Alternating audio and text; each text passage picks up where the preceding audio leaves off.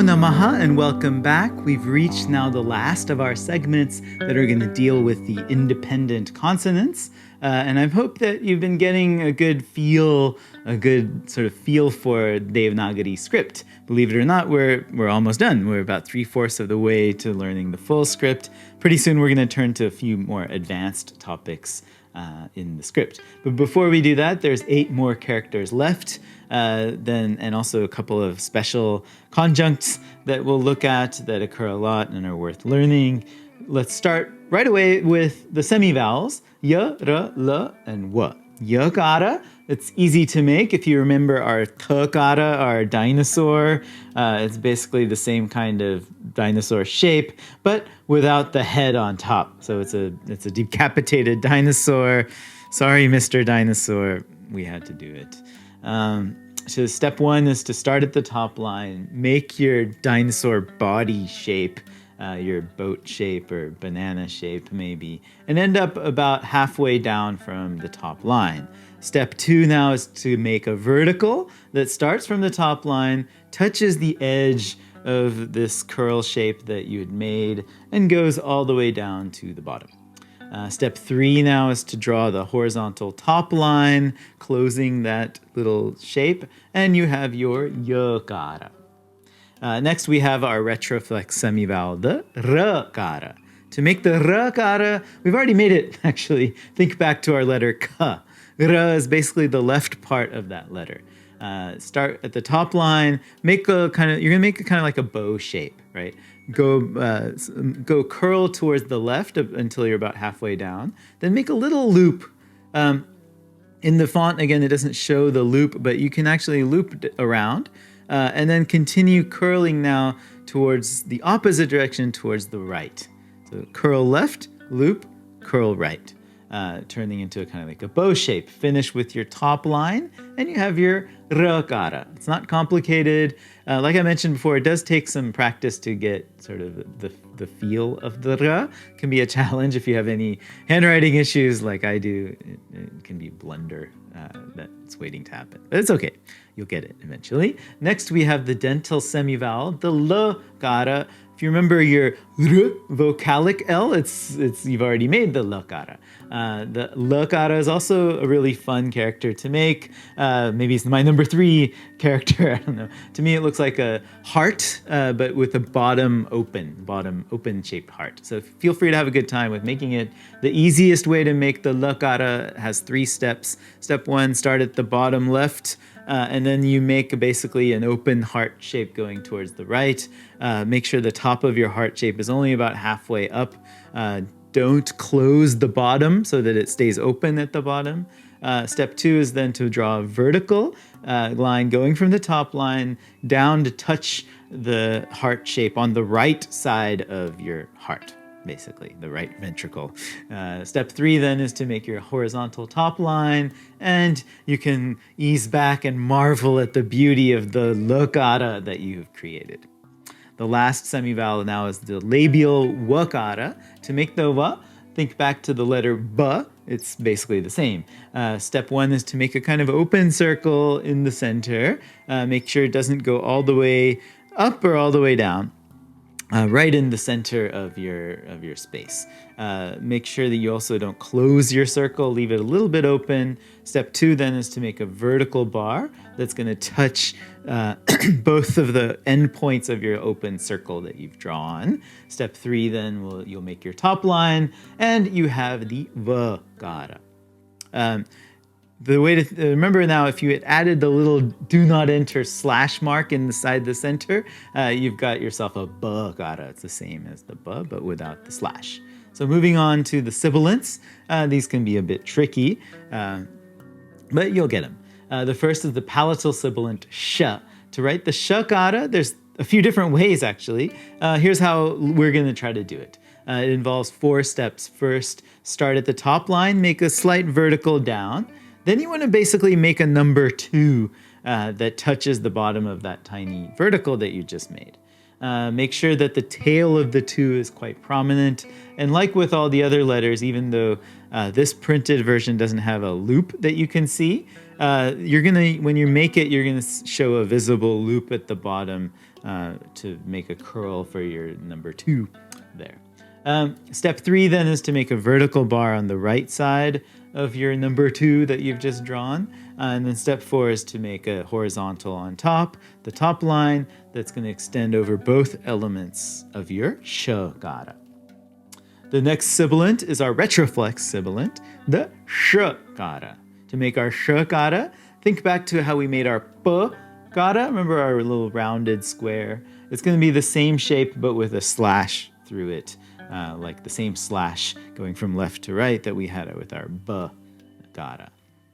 So to start at the top line, make a rounded half square, then close the right side of that square, step 2, with a vertical line that starts from the top and goes all the way down to the bottom. Then step 3 is to make your top line, followed by step 4, which is going to be to make that slash starting from the top left and going down to the bottom right. This is your sh gara. It's a little hard to describe maybe, but it's easy to make once you see what it looks like. The last sibilant is the s gara, our dental sibilant. Making the s is kind of like combining your r gara that we just learned with the right side of the vowel or j, for example. So first make your r gara, that's your step 1. Start from the top line, making a curl going left, make a loop halfway down, and then start making a curl towards the right. Bow shape. Then step 2, make a horizontal line that comes out slightly above the kind of wedge point of your r, where the loop is, and go towards the right. Then step 3 is to make a vertical that's going down from the top line and touching, crossing the horizontal that you've made and going downwards all the way. Finally, make your horizontal top line to close the character, and you have your s sibilant, sakara. The last of our consonants is our friend the h gara, the letter H. The letter is fun to make actually, but it'll take you some practice. I'm not going to lie, it's the hardest one in some ways to make. Don't get discouraged if you struggle at first in making the h. When you start getting it down, you can kind of be creative with it, be artistic, have fun with it. To make your h gara, it only has 3 steps, even though it looks kind of complicated. Step 1, you start at the top line, go down about a quarter of the way with a vertical. Then you start to make an S shape like with your duh or your ng or your e and so on. But when you get about halfway down, you want to then switch to making a C shape, starting to the right of where your vertical line is and touching where you had stopped making your S shape. Make sure you extend the base of your C curl further down and go to the right. Some people give it a nice gentle slope there too. Draw your top line, and now you have your h gara. I've shown you this one form. Actually, there's easier way to make the h gara, which is to make an almost complete S shape, and then sort of backtrack, go back up, and then make an extended C curl below. Maybe that's easier for you. It's eventually going to look like the same shape, so whatever feels better, do it that way. So those are your consonants. The next segment will turn to how to combine them with vowel marks, the matras. Then we'll look at clusters. But I did want to, before we close this, look at 2 important cluster shapes that we should learn right away, almost treat them as separate, independent consonants themselves, because they don't look like the consonants that are being joined together at all. The first is the cluster ksha, combination of the k, velar k, and the sh, the retroflex sibilant. The second is dnya. Ksha is a combination of k, like I said, the k gara, and the sh gara, the retroflex sibilant. When these combine, it's depicted in Devanāgarī as the ksha gara. To me, it looks kind of like a treble clef, I don't know, in Western music. To make the ksha gara, there's 3 steps.